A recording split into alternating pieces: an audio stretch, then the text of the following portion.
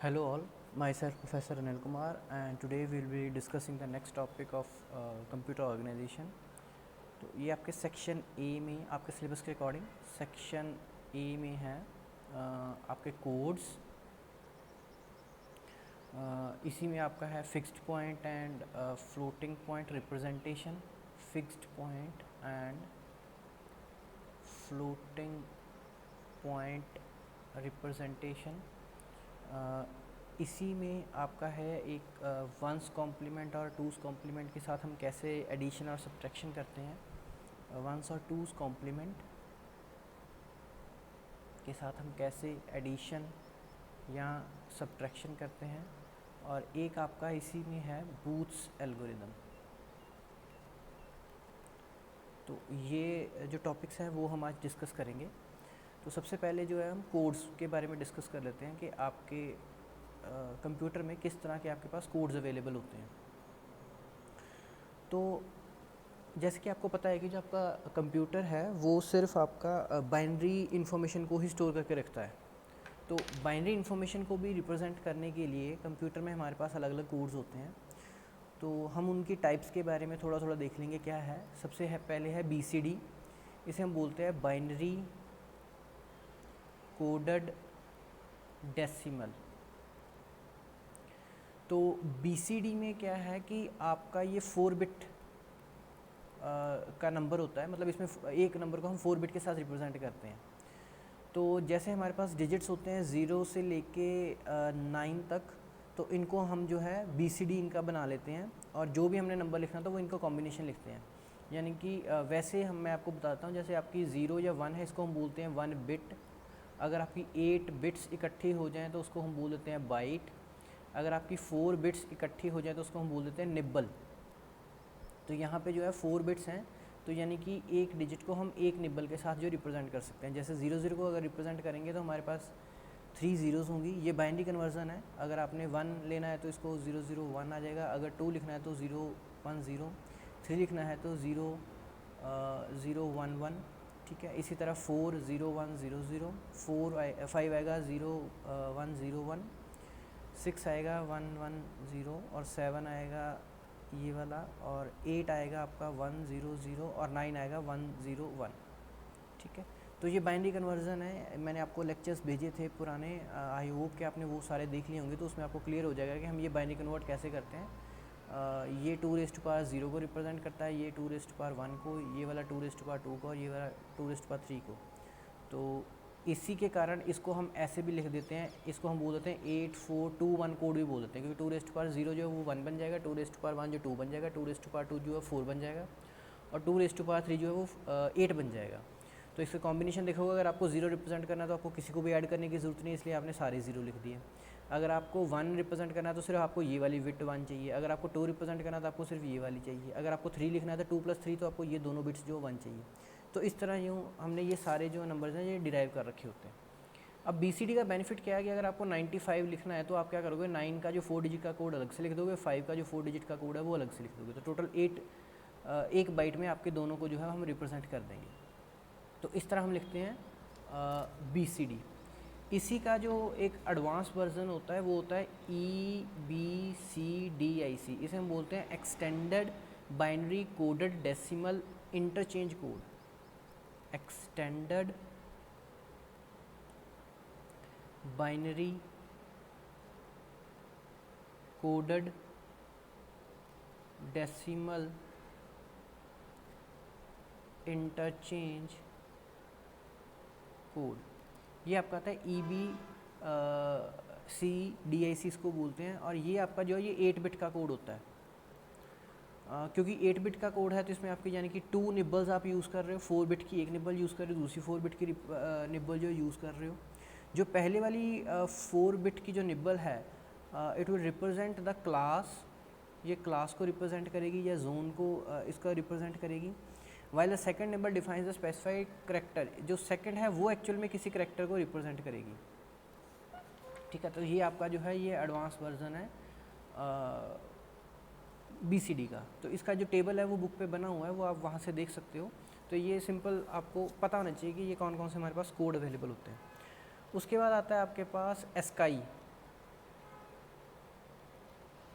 ASCII code जो होता है ये हम सबसे ज़्यादा यूज़ करते हैं, उसके बाद हम यूनिकोड सबसे ज़्यादा यूज़ करते हैं। तो एस्काई में क्या है, अमेरिकन, इसकी फुल फॉर्म है American standard code for information interchange. तो ये इसकी फुल फॉर्म है। अब जो एस्काई है वो हमारे पास दो तरह का होता है, जहाँ 7 बिट होता है या 8 बिट होता है। मतलब एस्काई दो तरह का हो सकता है, एस्काई 8 या एस्काई 7 बिट। अब जब 7 है हमारे पास, तो हमारे पास इसकी 2⁻7 करोगे तो ये आएगा 128 डिफरेंट कैरेक्टर्स हमारे पास हो सकते हैं। और अगर आप 8 बिट यूज़ कर रहे हो तो यानी कि 2⁸ आपका हो जाता है 256, आप डिफरेंट कैरेक्टर्स को जो है वो रिप्रेजेंट कर सकते हो। तो इसी के बेस पे इसको डिवाइड कर दिया इन्होंने कि अगर 0 to 31 की जो वैल्यूज़ होंगी वो हम नॉन प्रिंटेबल कैरेक्टर्स को, हम जो एस्काई वैल्यू है उसकी 0 to लेके 31 तक होगी। 32 से 127 तक आपके पास जो कैरेक्टर्स होते हैं उनको हम बोल देते हैं लोअर एस्काई। ये जो आपका ओल्डर टेबल है उसी से ये बना है। और हायर टेबल आपका जो है वो, क्योंकि लास्ट बिट आपके पास है तो इसलिए 128 से 256 तक जो है इसको हम बोल देते हैं हायर एस्काई। तो इसके भी कोड्स अवेलेबल होते हैं। ये भी आपको जो है चार्ट आपको इजीली जो है अपना इंटरनेट पे मिल जाएगा, तो आप वो देख सकते हो कि हर डिजिट को या हर आपकी जो वैल्यू है उसको एक एस्काई कोड दिया गया और उसको हम बाइनरी में फर्दर आप रिप्रेजेंट कर देते हो। इसके अलावा आपके पास आता है यूनिकोड। ये जो है ये अभी सबसे ज़्यादा यूज़ हो रहा है। यूनिकोड हम तब यूज़ करते हैं जब हमारे पास लैंग्वेजेस जो मल्टीपल होती हैं, मतलब अलग अलग तरह की हमारे पास लैंग्वेज है। आपने हिंदी में लिखना है, चाइनीज़ में लिखना है, पंजाबी में लिखना है, तो वो सारी लैंग्वेजेस के करैक्टर्स को रिप्रेजेंट करने के लिए हम जो है यूनिकोड का यूज़ करते हैं।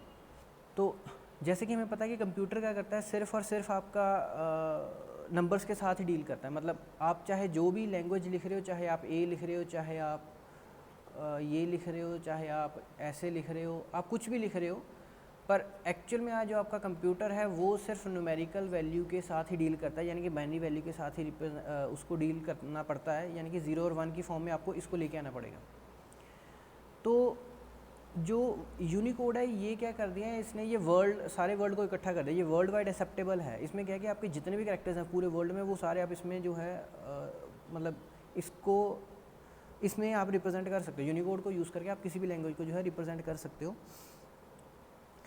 अब जो यूनिकोड में जैसे आप कोई भी लैंग्वेज के लेटर ले लो, चाहे आप पंक्चुएशन ले लो, चाहे आप टेक्निकल सिंबल ले लो, जो भी आप कैरेक्टर्स को रिप्रेजेंट करना चाहते हो वो आप कर सकते हो।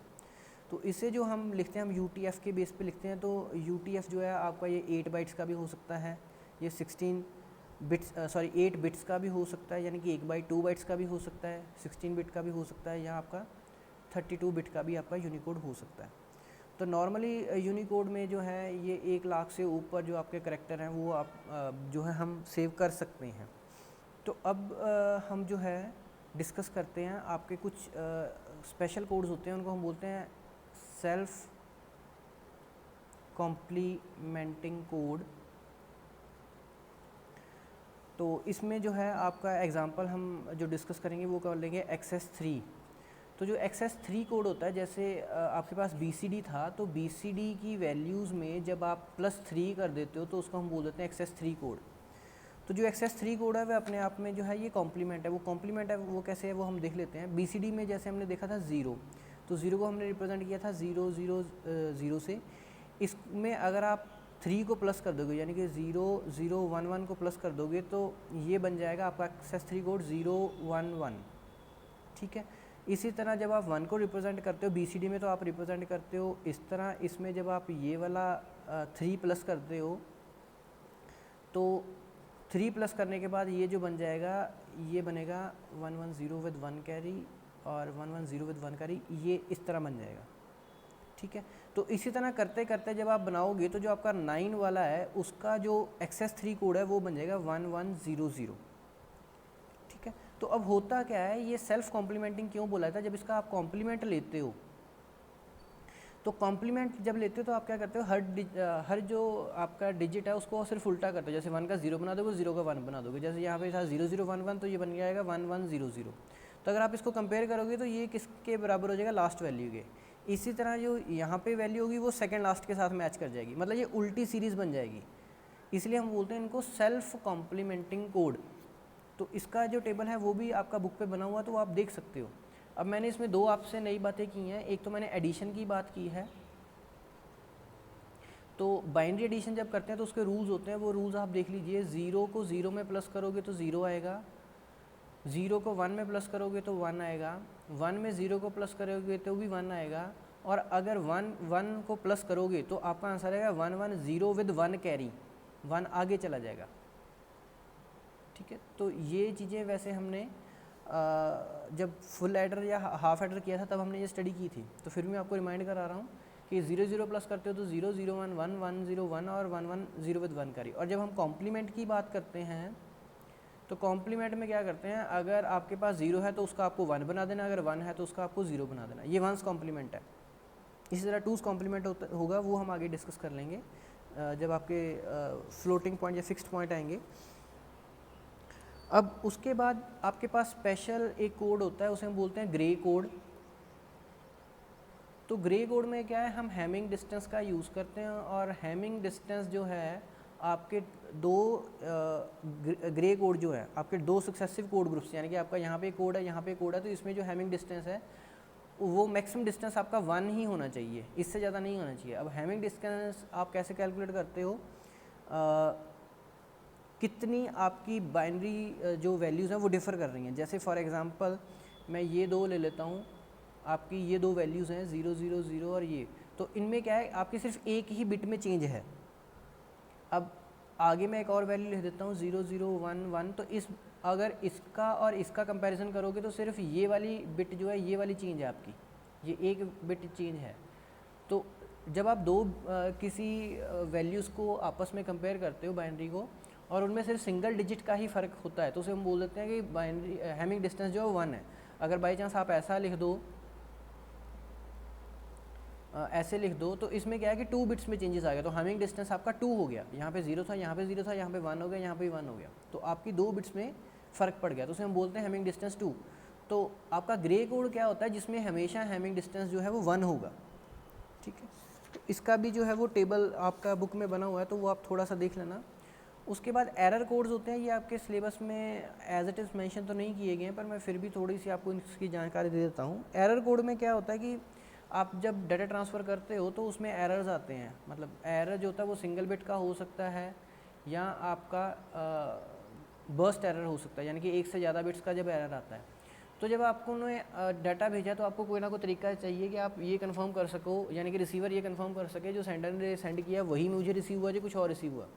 तो उसके लिए हमारे पास कुछ टेक्निक्स होती हैं, VRC, LRC, CRC, ये आपके पास कुछ टेक्निक्स हैं, और चेक सम एक रह गया। तो ये टेक्निक्स के साथ आप चेक कर सकते हो, डिटेक्ट कर सकते हो कि एरर आपका एग्जिस्ट करता है या नहीं करता है। इसके अलग से वीडियो है, मैं वो आपको शेयर कर दूंगा। और इसी में एक आता है हैमिंग कोड, जैसे हमने ऊपर हैमिंग डिस्टेंस देखा, इसी तरह एक आपके पास हैमिंग कोड आता है। ये करता है आपके एरर को करेक्ट करने के लिए। अगर आपके बाई चांस डेटा ट्रांसमिशन में कोई एरर आ गया तो उसकी करेक्शन कैसे करनी है, तो वो आपका हैमिंग कोड होता है। मतलब डिटेक्शन में आप सिर्फ ये देख रहे हैं रिसीवर कि जो मुझे डाटा सेंड किया था मैंने वही रिसीव किया या कुछ और तो ने रिसीव कर लिया, तो उसे हमने बोल दिया डिटेक्शन। और करेक्शन में जो डाटा मिल गया अगर उसमें कोई गलती है तो उस गलती को सुधारना कैसे है, उसके लिए हमारे पास हैमिंग कोड होता है। तो आपके सिलेबस में एज इट इज़ मेंशन नहीं है डिटेल में, पर फिर भी आपको मैं एक वीडियो शेयर कर दूंगा, तो आप उसको जनरली देख लेना। तो जो नेक्स्ट टॉपिक है आपके सिलेबस में वो है आपका फिक्स्ड पॉइंट रिप्रेजेंटेशन। तो इसको हम देख लेते हैं इसमें क्या क्या है। तो इसमें सबसे पहले तो क्या है कि आपको जो है आप पॉजिटिव नंबर्स, नेगेटिव नंबर्स और इवन ज़ीरो को आप एज अनसाइंड इंटीजर्स तो आप जो है वो सेव कर ही सकते हो। अनसाइंड का मतलब कि आपको साइन की ज़रूरत नहीं होती, सिर्फ दो केसेस में, पॉजिटिव और ज़ीरो के केस में। नेगेटिव के लिए आपको क्या है, आपको साइंड लेने पड़ेंगे। मतलब पॉजिटिव जैसे हम क्या लिखते हैं 14, तो हम बाय डिफ़ॉल्ट इसको मान के चलते हैं पॉजिटिव। जब इसके आगे नेगेटिव लगाएंगे तभी हम इसको नेगेटिव मानते हैं। तो इट मीन्स आपको नेगेटिव के केस में जो है साइन को आपको नोट करना पड़ेगा। पर अगर आप पॉजिटिव और ज़ीरो को रिप्रेजेंट करें तो आप अनसाइंड में इसको रिप्रेजेंटेशन कर देते हो। तो अब जब साइंड रिप्रेजेंटेशन आप करते हो बिट्स में, तो उसमें क्या है कि आपकी जो लेफ़्ट मोस्ट बिट होती है, सबसे लेफ़्ट साइड वाली बिट है, उसको हम साइन, उसका जो वैल्यू उसको हम साइन मानते हैं। अगर उसकी वैल्यू 0 है तो हम मानेंगे कि हमारा जो वैल्यू है वो पॉजिटिव है, अगर ये 1 है तो हम इसको मानेंगे कि ये हमारी वैल्यू जो वो नेगेटिव है। तो अब आपका जो नेक्स्ट आता है वो आता है बाइनरी पॉइंट। तो हमने जैसे फिक्स्ड की बात की है, तो आप क्या करते हो, आपका जो बाइनरी पॉइंट है वो आप मान के चलते हो कि या तो वो लास्ट में है या फर्स्ट में, फिक्स आप मान के चलते हो। तो जैसे यहाँ पे लिखा हुआ है the position of the binary point is needed to represent the fraction. आप बाइनरी पॉइंट का कब यूज़ करते हैं, जब आपने फ्रैक्शन को रिप्रेजेंट करना है या मिक्स्ड इंटीजर फ्रैक्शन को रिप्रेजेंट करना है। अब इसमें प्रॉब्लम क्या है, एक तो आपके बाइनरी की जो है वो पोजीशन है, मतलब आपका पॉइंट तो है ही है, आपने पॉइंट को तो स्टोर करना ही करना, साथ में उसकी पोजीशन को भी स्टोर करना है कि कहाँ पे वो लगेगा। जैसे 1.1 ये अलग चीज़ बन गई, यहाँ पे डिजिट सेम है पर ये पॉइंट अगर मैंने आगे शिफ्ट कर दिया तो ये वैल्यू अलग बन गई। तो अब इसको जो हम रिप्रेजेंट करते हैं वो दो तरीक़ों से करते हैं। फिक्स्ड में क्या हम मान के चलते हैं या तो हमारा एक्सट्रीम लेफ्ट पे है पॉइंट, या हम मान के चलते हैं कि हमारा जो पॉइंट है वो एक्सट्रीम राइट में है। तो आपका फिक्स्ड पॉइंट में दो पोजीशंस आप जो है बेसिकली हम यूज़ करते हैं, वो कौन कौन सी करते हैं हम देख लेते हैं। अब binary point is in the extreme left. अगर आपने हमेशा लेफ़्ट पे मान के चला तो ये हम मान के चलते हैं कि ये आपकी फ्रैक्शन होगी, वैल्यू फ्रैक्शन में है। और अगर आपने इसको एक्सट्रीम राइट पे मान के चला तो ये हमेशा इंटीजर रहेगा, ये कभी फ्रैक्शन नहीं होगा। ये मैथमेटिक्स है कि अगर पॉइंट में है तो आप उसको जैसे 0.2 लिखते थे तो वो हो जाता है 2.10, तो ये फ्रैक्शन आ गई। अगर आप 2 पॉइंट समथिंग लिखोगे तो इस पॉइंट को हम जो है डिस्कार्ड कर देते हैं मैथमेटिक्स के अकॉर्डिंग, आप इसको 2 ही मान के चलते हो, तो वो क्या इंटीजर। तो अब हम क्या करते हैं, हम जैसी आपकी रिप्रेजेंटेशन है उसके हिसाब से हम पॉइंट को एक्चुअल में सेव नहीं करते, हम सिर्फ मान के रखते हैं कि वो कहाँ पे स्टोर है, लेफ्ट साइड पे या राइट साइड पे, उसके अकॉर्डिंग जो भी हमारे पास वैल्यू उसको हम फ्रैक्शन या इंटीजर जो है वो ट्रीट कर लेते हैं। पॉइंट को हम सेव नहीं कहीं रखते, ठीक है। अब उसके बाद हम देखते हैं इंटीजर रिप्रेजेंटेशन कि अगर हम इंटीजर की बात करें तो हम इंटीजर को कैसे रिप्रेजेंट करेंगे। इंटीजर रिप्रेजेंटेशन, अब इंटीजर रिप्रेजेंटेशन में भी क्या है, इसके 3 मेथड हैं। साइंड मैग्नीट्यूड, मतलब आप जो है साइन की वैल्यू को स्टोर कर रहे हो। उसके बाद साइंड वंस कॉम्प्लीमेंट रिप्रेजेंटेशन, मतलब आप कॉम्प्लीमेंट में वैल्यू को स्टोर कर रहे हो। और तीसरी होती है साइंड टूज कॉम्प्लीमेंट, अगर आप टूज कॉम्प्लीमेंट में वैल्यू को जो है वो स्टोर कर रहे हो। तो हम कैसे करते हैं वो हम एग्जांपल मान के चलते हैं। जैसे एग्जांपल इन्होंने दे रखी है 14, तो 14 के जब आप बाइनरी में कन्वर्ट करोगे तो ये आपका बनेगा 8 + 4 12 + 2 14, और यहाँ पे 0, और हम 8 बिट्स में हमारे पास टोटल मान के चल रहे हैं, तो हमने 8 बिट रिप्रेजेंटेशन के लिए फ्रंट में 4 ज़ीरोज़ लगा दिए और लास्ट में ये जो है ये 14 को रिप्रेजेंट करेगा टोटल। तो हमारे पास 8 बिट्स हैं। तो अगर आपने साइंड में इसको रिप्रेजेंट करना है तो प्लस के केस में तो कोई पंगा है ही नहीं, क्योंकि प्लस में यहाँ पे ये 0 है, कोई प्रॉब्लम नहीं है। तो आप +14 को तो सिंपली रिप्रेजेंट कर दोगे 0 0 0 1 1 1 0, तो यहाँ पे कोई प्रॉब्लम नहीं है। अब प्रॉब्लम कहाँ पे है, जब आप नेगेटिव नंबर को रिप्रेजेंट करते हो। तो नेगेटिव के केस में आपको ये 3 मेथड दे रखे हैं। अगर आपके पास नेगेटिव वैल्यू है तब आपको यहाँ पे 3 मेथड दे रखे हैं। तो साइंड मैग्नीट्यूड में आप क्या करोगे, जो आपकी पहले तो हम एक्चुअल वैल्यू लिख लेते हैं। आपने करना क्या, आपने +14 के हिसाब से ही चलना है। आप +14 की वैल्यू जो नॉर्मल लिख लो, वो आपके पास है 4 × 0 देन 111 देन 0। अगर आपने इसको साइंड मैग्नीट्यूड में लिखना है तो हम क्या मान के चलेंगे, जो पहले वाली बिट है ये साइंड बिट है, ठीक है। तो इसको आप क्या कर दोगे, 1 क्या रिप्रेजेंट कर रहा है, नेगेटिव को, बाकी आपने एज इट इज़ वैल्यू लिख देनी सारी की सारी। अगर आप वंस कॉम्प्लीमेंट की बात करो तो वंस कॉम्प्लीमेंट में हम क्या करेंगे, हम +14 से ही वैल्यू उठाएंगे। तो इसमें हम जो साइंड वैल्यू है उसका भी कॉम्प्लीमेंट ले लेंगे, यानी कि वो नेगेटिव हो गया, और बाकी सारी वैल्यूज़ का भी कॉम्प्लीमेंट ले लेंगे, यानी कि ये वाली 0 का 1 बन गया, अगली वाली 0 का भी 1 बन गया, इसका भी 1 बन गया, ये 0 हो गया, ये भी 0 हो गया, ये भी 0 हो गया, ये 1 हो गया। तो ये हो गया आपका वंस कॉम्प्लीमेंट। अब वंस कॉम्प्लीमेंट का जब टूस कॉम्प्लीमेंट में इसको रिप्रेजेंट करना है तो टूस कॉम्प्लीमेंट का तरीका क्या होता है कि वंस कॉम्प्लीमेंट में +1 कर दो, एक ऐड कर दो सिर्फ। तो आपने +14 का जो वंस कॉम्प्लीमेंट है, अब मैं इसको कलर चेंज कर देता हूँ तो आपको ये इजीली पता लग जाए कि हम इसको ड्राइव कैसे करेंगे। तो हम क्या करेंगे, +14 का वंस कॉम्प्लीमेंट पहले लेंगे, यानी कि 1, ये ऊपर वाली वैल्यू सेम आ जाएगी। मैं ये लैंग्वेज इसलिए बोल रहा हूँ क्योंकि बुक में जब आपको एग्जाम में लिखना है तो आपको इसी तरह लिखना पड़ेगा कि अगर आपने साइन मैग्नीट्यूड में रिप्रेजेंट करना है तो आप जो है अकेली साइन वाली वैल्यू को 1 कॉम्प्लीमेंट ले लो, बाकी सारा एज इट इज लिख दो। अगर वंस कॉम्प्लीमेंट लेना है तो +14 का सारा कॉम्प्लीमेंट ले लो इंक्लूडिंग साइंड बिट। अगर आपने टूस कॉम्प्लीमेंट लेना है तो इसी का टूस कॉम्प्लीमेंट लेना है इंक्लूडिंग साइंड बिट। तो अब यहाँ पे हम क्या करते हैं, +1 कर देते हैं। अगर +1 करेंगे तो हमने क्या रूल पढ़ा है, 1 1 0 विद 1 कैरी, तो 1 यहाँ पे आ गया, ये सारा आपका एज इट इज़ हो गया। तो ये होगी आपकी टूज कॉम्प्लीमेंट में रिप्रेजेंटेशन। तो प्रॉब्लम कहाँ है, आपकी नेगेटिव नंबर है में है। तो आपको जब नेगेटिव नंबर को रिप्रेजेंट करना है तो आप क्या कर सकते हो, आपके पास 3 मेथड है। या तो आप साइन मैग्नीट्यूड यूज़ करो जिसमें आपको जो पॉजिटिव वैल्यू है उसके सिर्फ साइन बिट को चेंज करना है, बाकी एज इट इज़। अगर वंस कॉम्प्लीमेंट लेना है तो आपकी जो भी वैल्यू है उसकी साइन बिट को भी कॉम्प्लीमेंट लेना है और बाकी वैल्यू को भी कॉम्प्लीमेंट लेना है। या टूस कॉम्प्लीमेंट जिसमें आपने साइन बिट और बाकी वैल्यू का कॉम्प्लीमेंट लेके उसमें +1 करके टूस कॉम्प्लीमेंट ले लेना है। तो जो आपका साइन मैग्नीट्यूड होता है नॉर्मल अरिथमेटिक में तो इसकी कोई प्रॉब्लम नहीं है, मतलब साइन की जो प्लस या माइनस है उसका नॉर्मल लैंग्वेज में तो कोई प्रॉब्लम नहीं है। पर प्रॉब्लम कहाँ है, जब आप कंप्यूटर में यूज़ करते हो तो उसमें क्या करते हैं हम, कॉम्प्लीमेंट को मतलब साइंड वैल्यू को जो है जब नेगेटिव वैल्यू आएगी तो हम इसको या वंस कॉम्प्लीमेंट में लिखेंगे या टूस कॉम्प्लीमेंट में लिख के इसके ऊपर जो है वो ऑपरेशंस करेंगे। ठीक है, तो अभी हम जो है इसका अगला टॉपिक जो है वो देख लेते हैं। इसी के अंडर आता है अगला टॉपिक अरिथमेटिक एडिशन, कि अगर आपने 2 वैल्यूज़ को ऐड करना है तो वो आप कैसे करते हो। अब सेम प्रॉब्लम कहाँ आएगी आपकी, जहाँ पे आपका नेगेटिव आएगा। अब अरिथमेटिक आपको रूल पता ही है कि हम ये छोटे होते पढ़ते थे कि प्लस प्लस में आप प्लस करोगे निशान भी प्लस का आएगा, प्लस माइनस में आप करोगे आप माइनस, पर जो आप साइन है वो आप लगाओगे ग्रेटर का, जो भी आपका ग्रेटर वैल्यू है उसका आप साइन लगा देते हो। अगर माइनस प्लस है तो सेम आप करोगे, माइनस पर निशान किसका लगाओगे, जो वैल्यू ग्रेटर होती थी। अगर माइनस माइनस है तो आप क्या करते आप प्लस हो पर निशान आप क्या लगाते हो, नेगेटिव। तो उसी के बेसिस पे जो है हम यहाँ पे स्टडी करेंगे। तो अब अगर तो आपकी सीधी वैल्यू है उसमें तो कोई प्रॉब्लम है ही नहीं।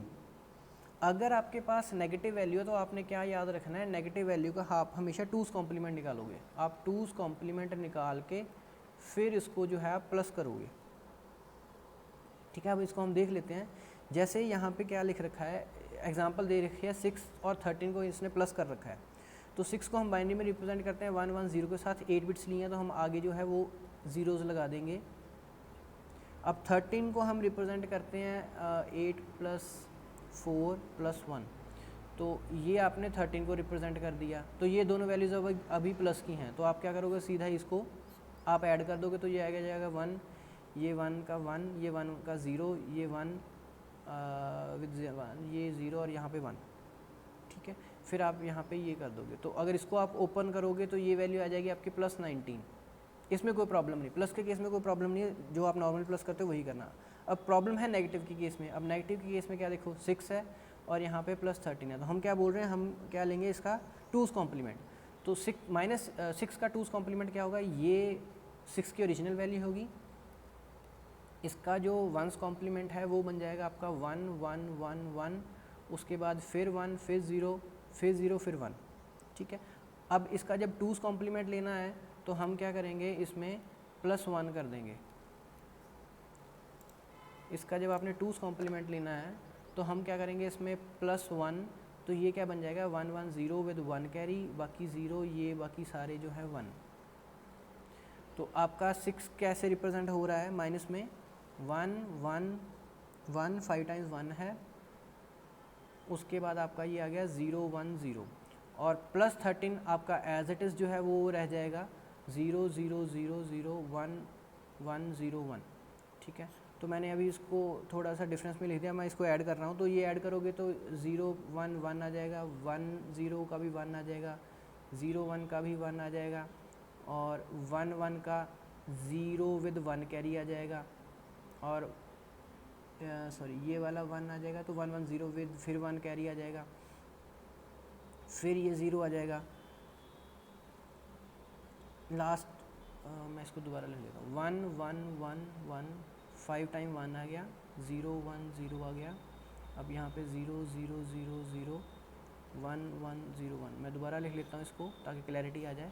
तो अभी ये 1 यहाँ पे भी 1, यहाँ पे भी 1, यहाँ पे भी 1, ये 0, अभी ये 1 गया ऊपर, ये फिर 0, फिर 1 गया, फिर 0, फिर 1 गया, फिर 0, फिर 1 गया, फिर 0, और ये 1। अब ये जो एक्स्ट्रा 1 आ गया इसको आपने सिंपल डिस्कार्ड कर देना है, इसको कंसीडर ही नहीं करना।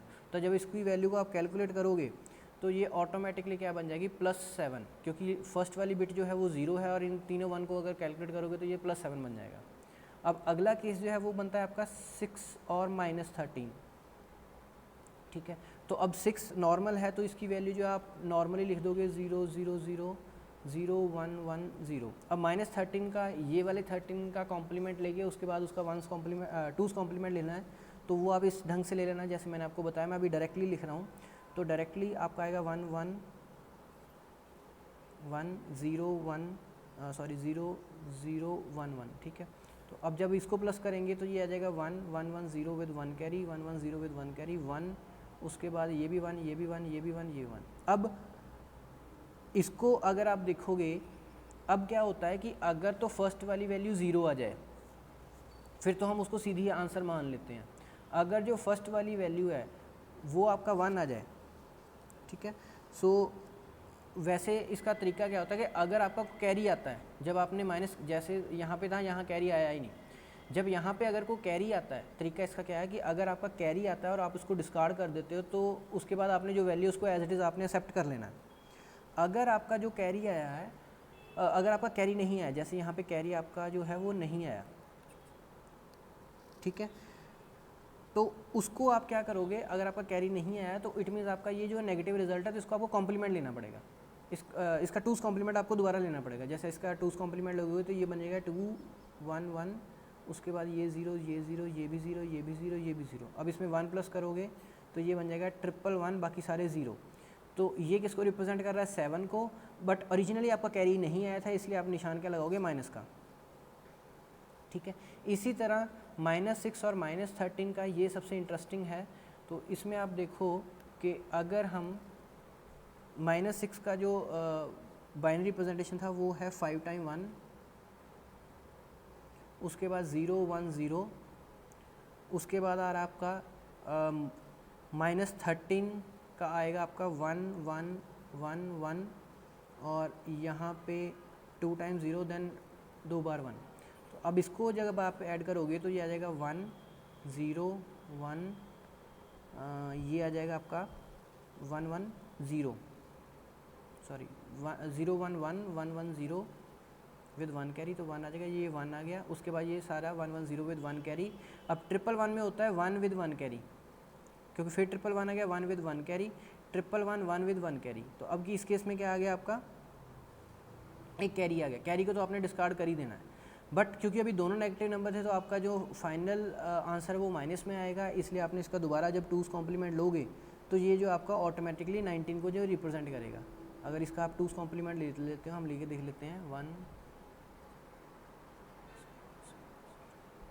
अब इसको 1 यहाँ पे प्लस कर दो तो ये क्या बन गया 0 0 0 1 0 0 1 1, ठीक है। तो ये किसको रिप्रेजेंट करेगा, आपके 19 को रिप्रेजेंट करेगा। तो इस तरह आप अरिथमेटिक ऑपरेशंस कर सकते हो। तो आपने क्या याद रखना है कि अगर तो आपकी पॉजिटिव वैल्यू तो सीधा सीधा प्लस कर दो, अगर नेगेटिव वैल्यू है तो जो नेगेटिव है उसका 2's कॉम्प्लीमेंट लेके उसको ऐड कर देना। जो भी आंसर आएगा, अगर तो उसका कैरी नहीं आता, अगर दोनों एक पॉजिटिव और एक नेगेटिव है, अगर तो कैरी नहीं आता तो इट मीन्स जो वैल्यू एज इट इज़ आपने एक्सेप्ट कर लेनी पॉजिटिव में। अगर आपका कैरी आता है तो उसको डिस्कार्ड करके आपने 2's कॉम्प्लीमेंट ले लेना, नेगेटिव वैल्यू आ जाएगी। अगर दोनों नेगेटिव हैं तो आपने दोनों के 2's कॉम्प्लीमेंट को ऐड करना है, कैरी को आपको डिस्कार्ड कर देना है, और जो वैल्यू फाइनल आएगी उसका आपने कॉम्प्लीमेंट लेके उसको नेगेटिव में रिप्रेजेंट कर देना है। तो इस तरह आपको जो ये रूल्स है वो आपको याद करने पड़ेंगे। उसके बाद आता है आपका अरिथमेटिक सब्ट्रैक्शन। इसके बाद आपका आएगा अरिथमेटिक सब्ट्रैक्शन। तो अरिथमेटिक सब्ट्रैक्शन में भी सेम ही रूल होते हैं। इसमें क्या है, आप दो चीज़ें लेते हो, सब्ट्राहेंड एंड द मान्युएंड। तो जैसे a माइनस बी हम कर रहे हैं तो a को हम मान के चलते हैं मान्युएंड, ठीक है, और b को हम बोलते हैं सब्ट्राहेंड। तो जो अभी हमने पढ़ा उसके हिसाब से आप ये मान लो कि इसको हम इस तरह भी लिख सकते हैं, a प्लस माइनस बी, इस तरह भी आप लिख सकते हो। तो आपने क्या करना है, माइनस बी का जो है टूस कॉम्प्लीमेंट ले लेना है और इसको आपने सिंपली जो है वो a में ऐड कर देना है, ठीक है। और जब इसको ऐड करोगे तो जो इसके रूल्स है वो सारे जो है पुराने वाले सेम वही चले जाएंगे। अगर बाई चांस आप मान लो जैसे a माइनस बी करोगे तो टूस कॉम्प्लीमेंट लोगे, तो अगर इसका कैरी आ गया तो उसको आपने डिस्कार्ड करके वैल्यू को एक्सेप्ट कर लेना। अगर उसका कैरी नहीं आया तो इट मीन्स वो वैल्यू नेगेटिव है, तो आप उस हिसाब से सॉल्व कर लोगे। ये सेम ही है, मतलब कोई इसमें फ़र्क नहीं है, ठीक है। तो ये आप करके एक बार देख भी लेना, बुक में इसके एग्जांपल है, आप उसको सॉल्व करके देख लेना। उसमें आप एग्जांपल दे रखी है उन्होंने -6 और -13, तो ये बन गया आपका -6, तो ये आपका बन जाएगा माइनस माइनस यहाँ पे प्लस आ जाएगा +13, तो ये आपका बन जाएगा +7 में आ जाएगा। तो जब आप इसका टूस कॉम्प्लीमेंट लेके इसमें ऐड करोगे, जैसे सब्ट्रैक्शन में क्या किया, टूस कॉम्प्लीमेंट, जब आपने इसका टूस कॉम्प्लीमेंट लिया तो वो ऑटोमेटिकली -13 का जब टूस कॉम्प्लीमेंट होगा ऑटोमेटिकली वो पॉजिटिव में बन जाएगा। तो इसको जब आप ऐड करोगे तो ये आपका, क्योंकि इसमें 6 जो है वो माइनस में है, तो 6 का आपको टूस, अब ध्यान क्या रखना है, जिसके आगे भी माइनस का निशान होता है उसका तो आपको टूस कॉम्प्लीमेंट लेना ही पड़ेगा, ठीक है। अगर आप इसको ऐसे नहीं देखना चाहते मैथमेटिकली तो आप सिंपल देख ले, जैसे हमने रूल पढ़ा था, तो a की वैल्यू क्या है -6, तो क्योंकि -6 है तो इसको आपको टूस कॉम्प्लीमेंट तो वैसे ही लेना पड़ेगा। अब b की वैल्यू क्या थी -13, तो -13 है, यहाँ पे आप इसको अगर सब्ट्राहेंड भी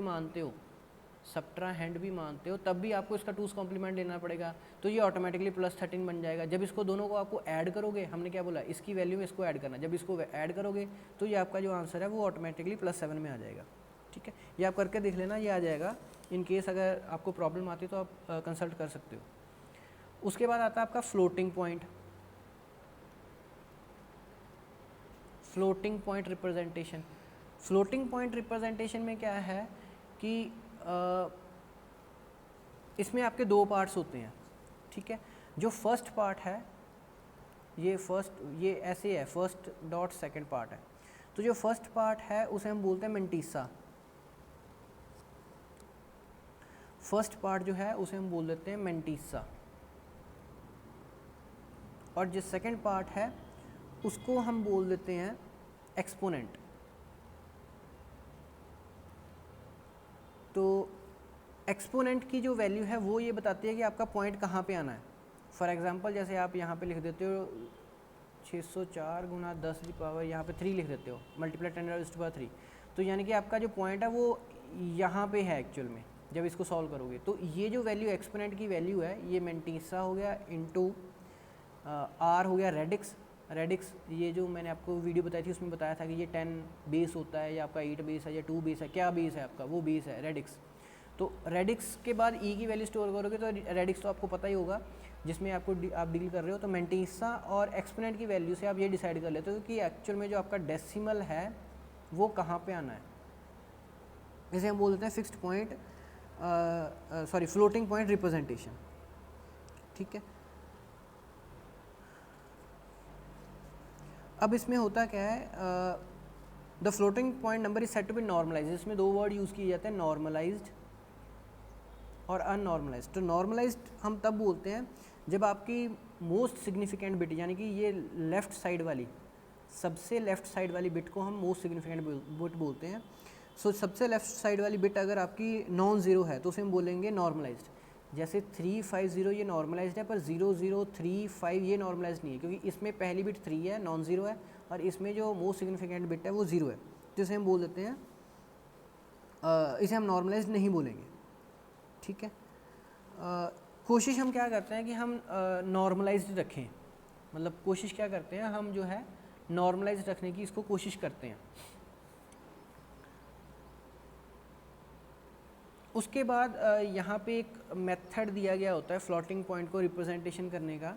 तो ये बाइट का फॉर्मेट है, तो इसको मैं लिख देता हूँ। ये क्या करता है, यहाँ पे ये वैल्यू आती है बाइट 1 में SEEE आपकी 4 टाइम E आएगी, यानी कि ये एक्सपोनेंट को रिप्रेजेंट करता है।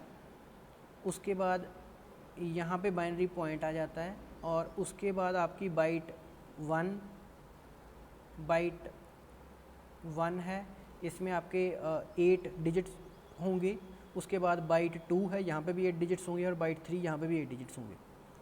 तो ये जो पहली वैल्यू है ये किसको रिप्रेजेंट करती है, आपके साइन को, sign of the mantissa. Mantissa का क्या साइन है, जो E है वो है आपकी एक्सपोनेंट बिट्स, वो आपकी हमेशा 2's कॉम्प्लीमेंट में होती हैं, ठीक है। और जो M है ये आपका मेंटिसा, ये सिंपल होता है, ठीक है। तो इसको आपने सिर्फ ये याद ही रखना होता है कि आपने इस तरह जो है आप फ्लोटिंग पॉइंट को जो है रिप्रेजेंट कर सकते हो। तो फ्लोटिंग पॉइंट में सिंपल आपका मेंटिसा और एक्सपोनेंट का पार्ट है, नॉर्मलाइजेशन और अनॉर्मलाइजेशन आपने बतानी होती है। M मल्टीप्लाई बाय RE का जो ये फॉर्मूला है इसको आपने एक्सप्लेन करना होता है। और ये आपके पास जो है ये एक मेथड है जिससे बाइट फॉर्मेट है, ये जो लास्ट हमने पढ़ा है ये आपका बाइट फॉर्मेट है। तो इस फॉर्मेट में जो है आप डाटा को स्टोर कर सकते हो। अब जो नेक्स्ट है वो है आपका बूथ एल्गोरिदम। तो हम बूथ एल्गोरिदम में देख लेते हैं। बूथ एल्गोरिदम जो है वो एक्चुअल में आपका मल्टीप्लिकेशन एल्गोरिदम है। तो आपने मल्टीप्लाई करना जो है वो आपको आना चाहिए, मतलब मल्टीप्लाई करने के लिए ये इन्होंने मेथड एक बना रखा है, बूथ एल्गोरिदम। तो ये आपको क्या अलाउ करता है, हाउ टू मल्टीप्लाई, आपने मल्टीप्लाई किस ढंग से करना है।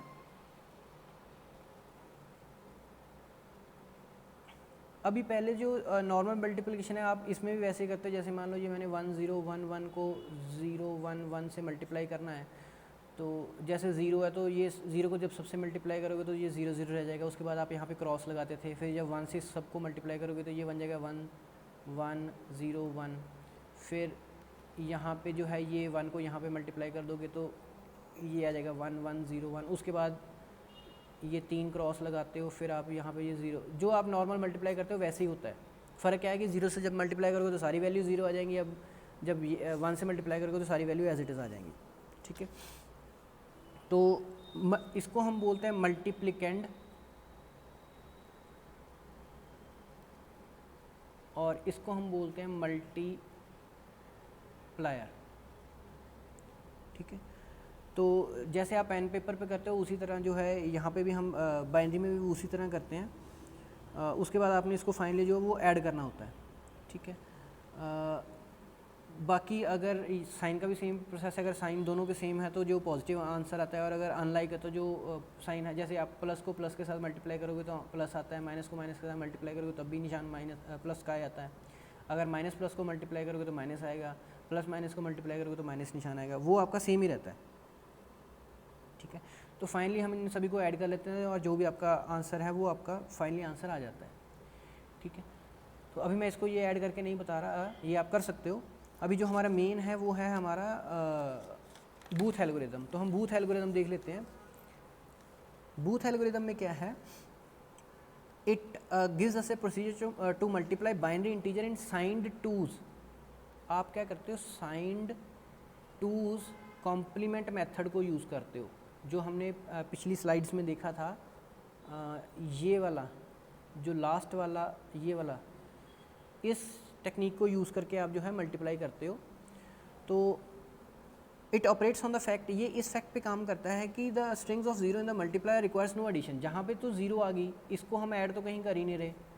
ये वाली जैसे यहाँ पे जीरो आई थी, ये सारी जीरो आई थी, तो इनको तो ऐड करने का मतलब ही नहीं है। बट जब जीरो आती है तो उसके बाद एक्चुअल में जैसे ये जीरो है तो उसके बाद आपने सिर्फ यहाँ पे शिफ्ट किया इसको एक बिट इधर को, ठीक है।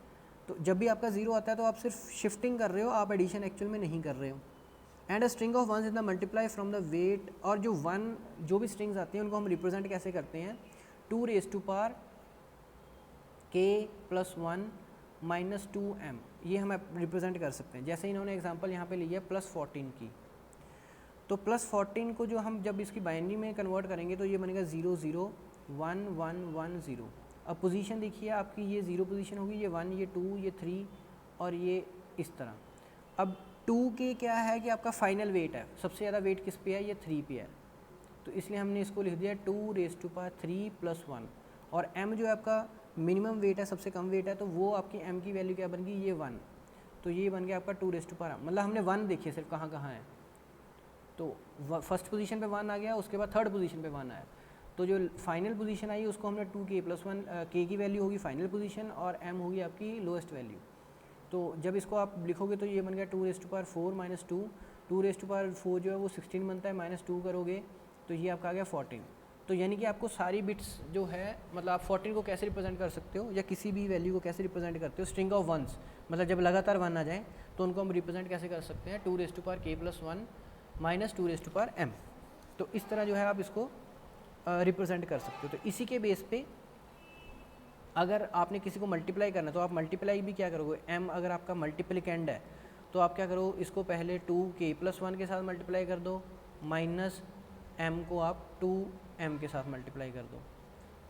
तो आप इसको भी इस तरह फार्मूला, ये मैथमेटिक्स में सिंपल है कि अगर आपने कोई वैल्यू है तो आप पहले इसको साथ मल्टीप्लाई कर दो, फिर माइनस इसको दूसरी साथ मल्टीप्लाई करके माइनस भी कर सकते हो, जैसे यहाँ पे हम कॉमन निकाल देते हैं तो आप उस तरह भी इसको दे सकते हो कि m 2⁻k + 1 - 2m। तो अगर आपने इसको इसके साथ मल्टीप्लाई करना है तो इसको जब आप ओपन करोगे तो आपका ये वाला फार्मूला बनेगा। तो इसी के बेस पे जो है ये मल्टीप्लिकेशन करता है। और अगर आपने इसको भी और डिटेल में देखना है तो हम क्या करते हैं, 2⁻² - 2⁻² × 1। तो जब 4 के साथ मल्टीप्लाई 2⁻4 के साथ मल्टीप्लाई करोगे तो एक्चुअल में आप m को क्या करोगे, आप लेफ़्ट साइड को आप इसको 4 बिट्स मूव कर दोगे। तो मल्टीप्लाई का मतलब है बिट्स मूव करनी। जैसे आप देखिए, अगर मैं यहाँ पे सिंपल 1 लिखता हूँ तो ये किसको रिप्रेजेंट करता है, 2 को।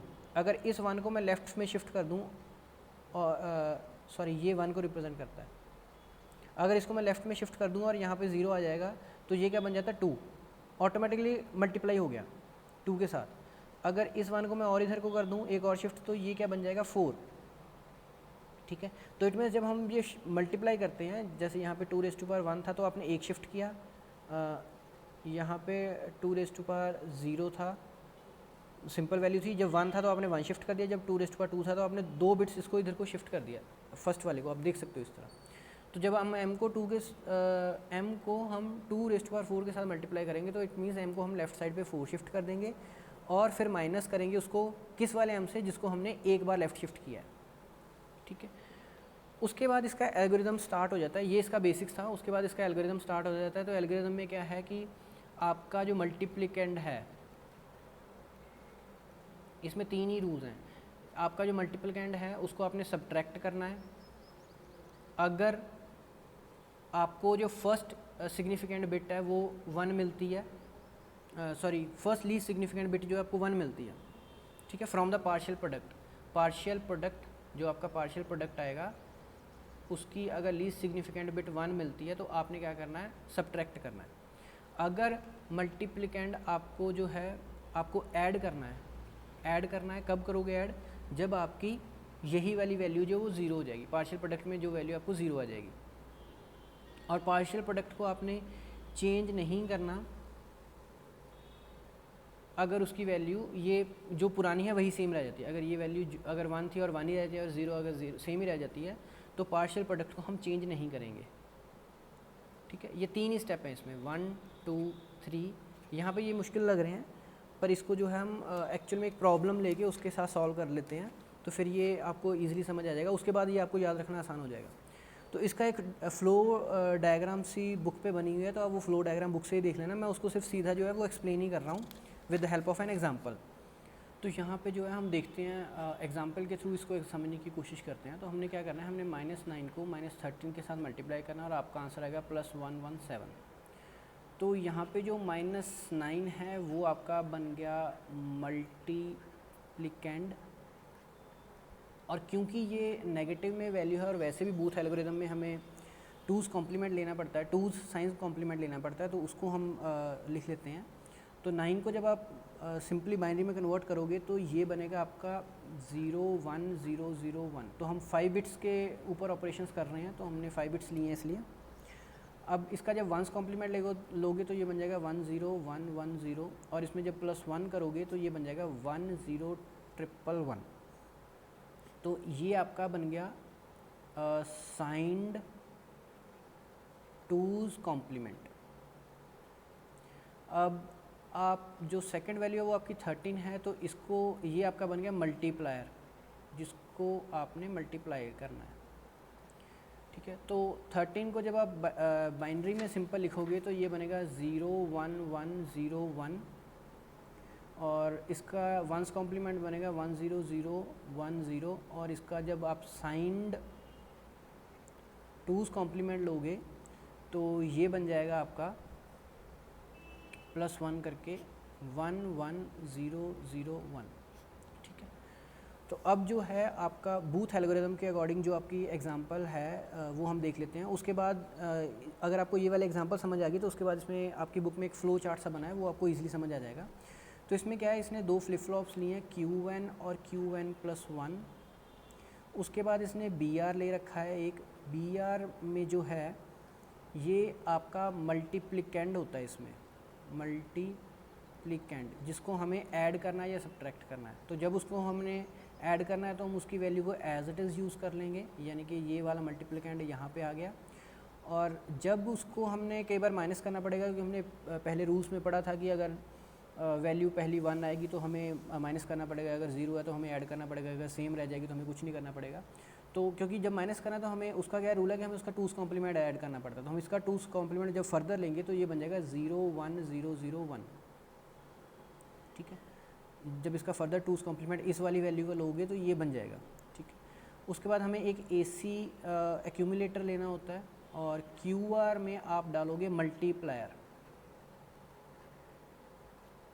उसके बाद आप Qn+1 जिसकी वैल्यू आप स्टार्टिंग में इनिशियलाइज़ करोगे, और SC की वैल्यू सीक्वेंस काउंटर।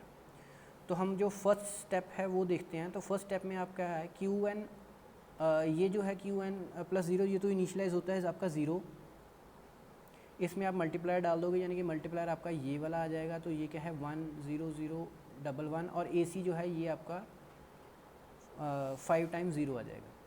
ठीक है, अब हम स्टेप के अकॉर्डिंग चलते हैं। तो Qn+1 की वैल्यू क्या है 0, और इससे पिछली वैल्यू यानी कि Qn की वैल्यू फिर क्या होगी 1। तो यहाँ पे क्या बन गया, ये 1 and 0। अब क्योंकि पहली वैल्यू 1 आई है तो आपको क्या करना पड़ेगा, Br को सब्ट्रैक्ट करना पड़ेगा, यानी कि सब्ट्रैक्ट Br। तो इट मीन्स हमें 2's कॉम्प्लीमेंट को ऐड करना है किसमें, AC में। तो हम Br+1 को AC में ऐड कर देंगे, यानी कि यहाँ पे अगर फार्मूला आप लिखोगे तो फार्मूला बन जाएगा AC + Br+1 ऐसे। तो ये मैं इसको रब कर रहा हूँ, ये सिर्फ मैंने समझाने के लिए लिखा था, क्योंकि आपका जो एल्गोरिदम है उसमें इस तरह लिखा हुआ है। ठीक है, तो यहाँ पे आप इसको जब ऐड करोगे तो ये क्या बन जाएगा 0 1 0 0 1। ये हमने इसकी वैल्यू, ये वाली वैल्यू यहाँ पे लिख दी है, और इसको जब ऐड करोगे तो ये क्या बन जाएगा, ये एज इट इज़ रह जाएगा, क्योंकि हमने 0 में प्लस किया तो ये एज इट इज़ रह जाएगा। ठीक है, उसके बाद आपने इसका नेक्स्ट रूल क्या है कि जब भी आप एक बार सब्ट्रैक्शन या एडिशन या जो भी कुछ करते हो उसके बाद आपको अरिथमेटिक शिफ्ट राइट करना पड़ेगा। अब ये क्यों करते हैं, क्योंकि आपने वहाँ पे देखा था जब हम मल्टीप्लाई करते हैं तो हम जैसे पहली वैल्यू के साथ मल्टीप्लाई करते हैं तो हम 1 0 1 1 ऐसे लेके उसके बाद हमने क्रॉस लगाया था, तो उसके बाद इधर को शिफ्ट किया था, फिर हमने 2 क्रॉस लगाए थे, फिर इधर को शिफ्ट किया था, फिर क्रॉस लगाए, फिर इधर को शिफ्ट किया। तो ये जो क्रॉस लगाए थे उसको यहाँ पे हम रिप्रेजेंट कर रहे हैं अरिथमेटिक शिफ्ट से। तो जितनी बार अरिथमेटिक शिफ्ट करेंगे, यानी कि अगर यहाँ पे ये 4 डिजिट्स थे तो हमने 4 टाइम्स ये काम किया था। तो यहाँ पे भी हम जब भी अरिथमेटिक शिफ्ट करेंगे तो हम सीक्वेंस काउंटर को माइनस करते जाएंगे। तो पहली बार जो सीक्वेंस काउंटर है वो आपका 5 इनिशियलाइज होगा, नेक्स्ट टाइम ये माइनस होता जाएगा। तो हमारा अगला काम क्या है, अरिथमेटिक शिफ्ट राइट। तो इसमें क्या करते हैं, ये वैल्यूज़ को एज इट इज़ आगे शिफ्ट करते जाना है एक। तो ये 0 अगली पोजीशन पे आ गई, ये वाला 1 उससे अगली पोजीशन पे आ गया, ये वाली 0 उससे अगली पोजीशन पे आ गई, और ये आगे ये वाला 1 आगे ले जाना है। यहाँ पे ये वाला 1 आगे आ गया, ये वाला 1 जो है वो आगे आ गया, 0 उससे अगली पोजीशन पे आ गई। ठीक है, फिर 0 फिर 1, और ये वाला 1 जो ये लास्ट में चला गया। ठीक है, तो हमने जो शिफ्टिंग करनी है वो यहाँ तक करनी है, ये तीनों में करनी है, और सीक्वेंस काउंटर को हम कर देंगे 0 0। अब उसके बाद जो नेक्स्ट स्टेप है उसमें हम फिर से देख लेते हैं कि आपकी जो यहाँ पे सेकंड स्टेप लिख लेते हैं। तो हमने Qn की वैल्यू होगी 1, और क्यू एन प्लस वन और क्यू एन दोनों की 1 1 होगी, तो ये आपकी वैल्यू सेम आ गई। अब जब सेम आ गई तो आपको कुछ नहीं करना, आपने सिर्फ अरिथमेटिक शिफ्ट राइट करना। अब यहाँ पे एक वैल्यू रह गई थी कि ये फर्स्ट वाली खाली होगी, तो फर्स्ट वाली में क्या है, ये सेम कॉपी कर देते हैं हम, ठीक है। अब दोबारा इसको करते हैं शिफ्ट, ये वाली 0 आगे चली गई, ये 0 आगे चलेगी, 1 यहाँ पे आएगा, ये 0, अब ये वाली 0 यहाँ पे पहुँच गई है, तो ये 1 आगे आगे शिफ्ट हो जाएंगे, और ये वाला 1 जो ये लास्ट पे पहुँच जाएगा, और इसको हमने कर देना है 0 1 1, एक वैल्यू कम कर देनी। अब ये पहली वैल्यू खाली होगी यहाँ पे, ये पहली वाली सेम भर देते हैं, ठीक है। इसे हम बोलते हैं arithmetic shift, arithmetic shift right.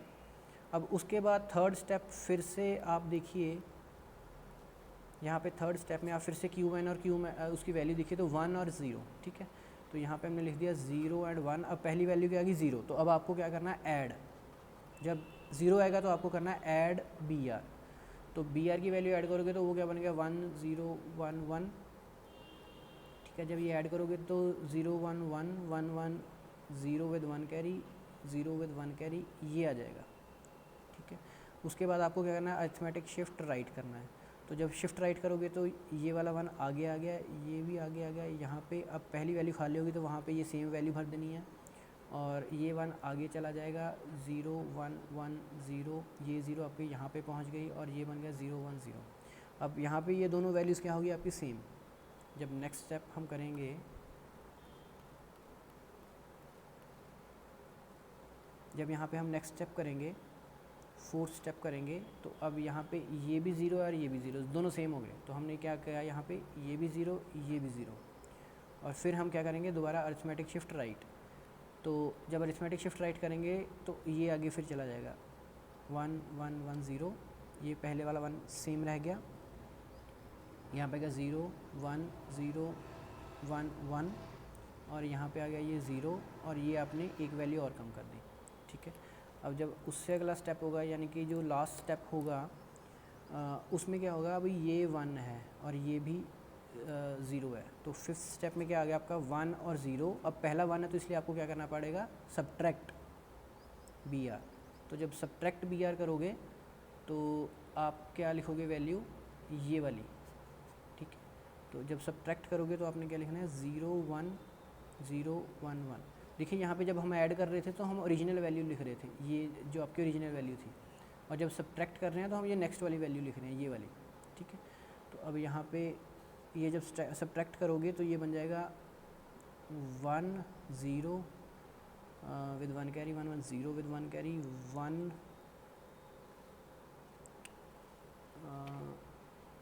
एक मिनट, सब्ट्रैक्ट कर रहे हैं हम, तो 0 1 1,